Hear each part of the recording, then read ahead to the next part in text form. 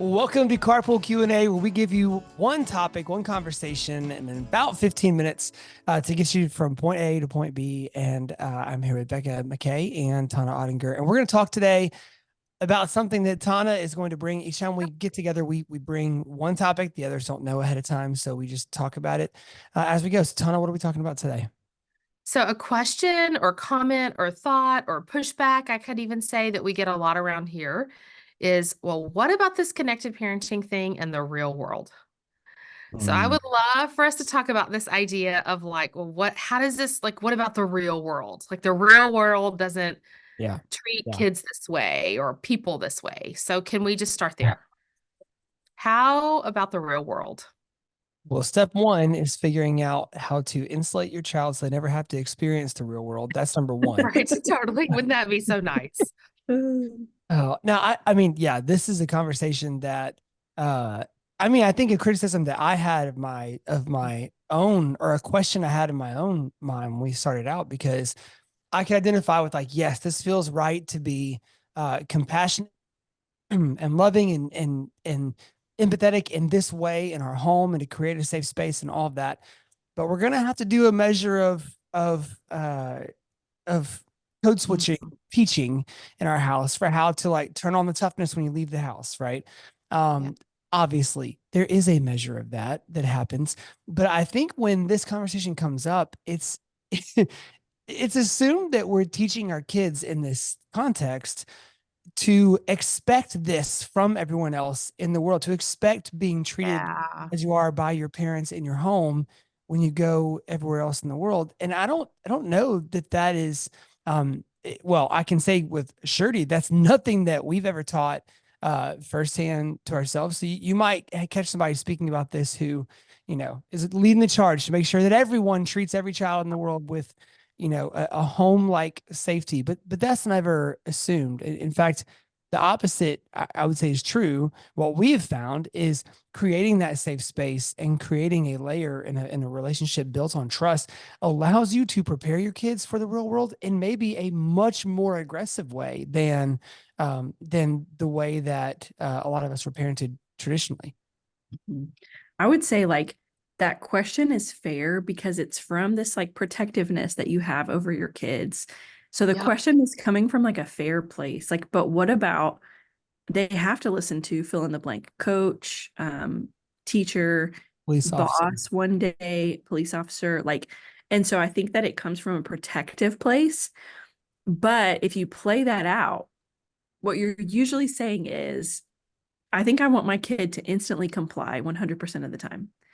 And I think that that actually is a dangerous precedent to set for kids. If you play that out, do you really want your kid to comply with whoever is bigger or stronger 100% of the time? Versus the connected, and I won't even say connected parenting, I'll say empowered to connect parenting. With Yeah. empowered to connect parenting, Yeah. we're teaching kids to advocate for their needs with respect. Yeah. We're teaching them to be able to speak. I think if you play that out, if you play out instant compliance, that can lead to young adults who are in really horrible work environments being treated badly by their bosses. It can lead to young men and women being in romantic relationships where they're enduring a lot of abusive behaviors. And so I just think the real world that we're preparing these kids for, it does exist. Yeah. But I would be careful to think that the answer is they should instantly comply with authority. I think authority is so, so important. And there's so many reasons why parents have to set up those guardrails to keep their kids safe while they grow. But we're doing that in a way that empowers them to use their voice. So that would be my like, man, off the cuff. These conversations are so funny because, like JD said, we don't know what's coming. So this is not like, Yeah. from page You didn't have 67 of Yeah. XYZ. This is just like Totally. from our hearts and our minds. So there's Yep. so many directions you could go with this, but that's the first place that my mind goes is, yeah, that's a real, real fear. And think about how you're living into that with your mindset. And are you really preparing kids the way that you want to? Well, I think one of the I things. know. Oh, sorry. Go ahead, JD. Go Well, for to it. piggyback on that, Becca, one of the things that immediately comes to mind is that, you talked about wanting instant compliance. Like that's something that people are kind of connoting. I think the other thing they're connoting is like that we're raising kids to be soft and not be able to handle any kind of criticism, scrutiny, whatever Diversity. adversity. Yeah. And I think the thing that I would say there is when you have a completely safe place, and where you're able to go and ask your dumbest, most ridiculous questions that you think nobody else would allow you to ask without making fun of you in life. Like if you have a home environment where you can ask every question, you can be as safe as possible, and where Or you're, behave in a way that wouldn't be acceptable elsewhere, yeah, maybe. Yeah. you are opening up the world for your parent, for Yeah. your home to be a place where you can teach very openly and honestly about the world and prepare kids for those specific environments. I think the hilarious insinuation is that we parent out of empathy and kindness and respect, and there's compromise and all of that, and then we're not talking to our kids before. Like in fact, we're probably more prepared than most of the ways that people are being taught to parent now, because we're having to think through the layers of what our kids are going to encounter. So they're being taught intuitively how to think through their day, what they're going to need in each place, what to expect in each place, and therefore then being prepared with how to respond to adversity, how to regulate in adversity, how to ask for compromises when they need to get needs met in a way that's not being offered. So I think this question, when I think about it, some of the things that sort of float through my mind are like we really need to take a beat and think about human development mm, and like the development through childhood and adolescence and the role of felt safety and emotional felt safety and co-regulation and learning about yourself and understanding yourself and being curious with what's going on inside of yourself. Like all of those things that are I I I appreciate what you're saying, Becca, because I do feel every time we've encountered that question, it really is coming from such a place of love. It really is. yeah. Like, I do believe as parents, we long and desire to be good parents. Like, very rarely have I met a parent that wants to be a bad parent. So we are coming with all of these really big questions about what I'm doing today, how is it impacting my child's future or their adulthood or whatever? So I do honor the question for sure. I think it's going a step beyond that and unlayering it and saying, and sometimes, not always, this question might come in a situation where it might be a parent that is trying to parent or supporting a child with more outburst, emotional, or, like they're struggling with more meltdowns or what would look to be behavioral problems or outbursts. And in an effort to set their child up for success, they just want those behaviors to stop. Yeah. And so I think there's a concern that it could perpetuate them. And how is that really helping them be respectful when they get older? That kind of thing. Like, I can't let my child be mouthy at home because they can't be mouthy in the real world. So I think it's usually tied to some sort of behavior they're seeing or feeling or experiencing that they are hoping to see change and growth in. Yeah. So Yeah. that's when I come back to, okay, what is behavioral change? How does that really happen? And what what supportive role can we as parents and caregivers play in seeing long-term change and growth in our children? And to your point, usually obedient, quick compliance doesn't actually help in the long run. It's Right. more like I'm only complying because I have to in this environment, but I don't necessarily have the internal motivation, desire, skills, ability to self-regulate, ability to have enough insight in my own to avoid situations that aren't healthy for me. Like all of those skills that are required for them to actually not respond that same way when they're an adult, right? Yeah. So Yeah. let's say that we all have a stress response. So let's say that your kiddo has a fight stress response. What they need at home is a curious, compassionate, insightful caregiver that is equipping them with the ability to regulate in stress so that they don't fight. Right. Right. So that when they get out on their own, that's been modeled and experienced and repaired, and they've gotten to try it again. That's that muscle motor memory. That's the scaffolding. That's the human development side of things that really does set them up for the real world to I think both of y'all's points. Like, you can't just punish out behavior and expect that it won't come back again. Yeah. Well, and I Right? think the the the big difference in my mind of, you know, do what I say the first time with a happy heart, which is kind Yeah. of something that was brought up for us. Like the difference in that and then having an environment where kids can ask and get some back and forth and question and ask for negotiation and all of that. The difference is you are like what we are attempting to do through Empower to Connect. We're attempting to help our kids understand the why in everything foundationally. So we've got some curious kids at home. I will not lie to you at times. I want to just go back to compliance world because I'm tired of questions.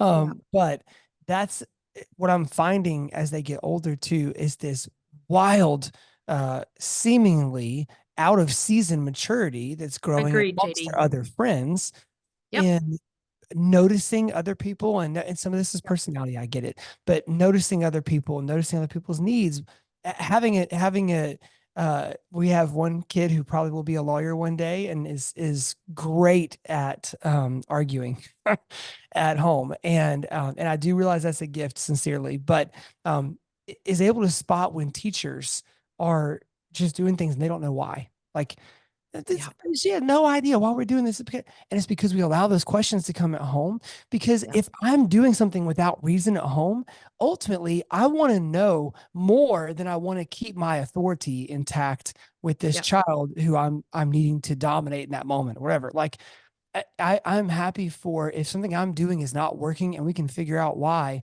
Uh, if that can happen through a respectful channel, I want to know and figure out so I can make changes to those things. If we teach kids how to figure out the why and how to source things from the root when they're having these meltdowns, and we're teaching how to regulate behavior 3 stages back here, then in the classroom when so and so says something or throws the eraser or there's that trigger moment that comes up, that kid is able to go, I need to go to the restroom, or I need a second to calm down, or quietly go to the teacher and say, Miss So and so, I'm feeling really upset right now. Is there a way that I can go, whatever?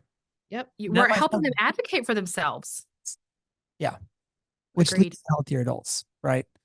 Uh, 100,000%. Becca, I want to ask you a question, something that is part of this conversation, usually when it's been brought to me. And but we're a transsexual adoptive family, so I have 2 kids who are African American. Becca, your spouse is African American. One of the things that's brought up a lot is, yeah, I get that, but that doesn't work for all kids. Like some kids need to know how to be blindly compliant in the moment to stay safe. And so, Becca, what would your answer be to that as we're having this conversation? Yeah, I think you said, you said code switching earlier, and I think it is, and you mentioned it too, Tana. Kids are smart enough, even little kids, to know that in different environments, there's different expectations because kids learn that the first time you go to grandma's house and you have to be careful with the glass porcelain figurines. Like kids learn at home, we can stand on our couch. At grandma's house, we can't. So I think that like when we say that kind of thing, I would say it's important if you're parenting kids of color in the United States to be very aware of the dangers that that brings Yeah. and to be very open and honest about those conversations and to teach from a very early age in appropriate ways how to comply when you need to comply. That is fair.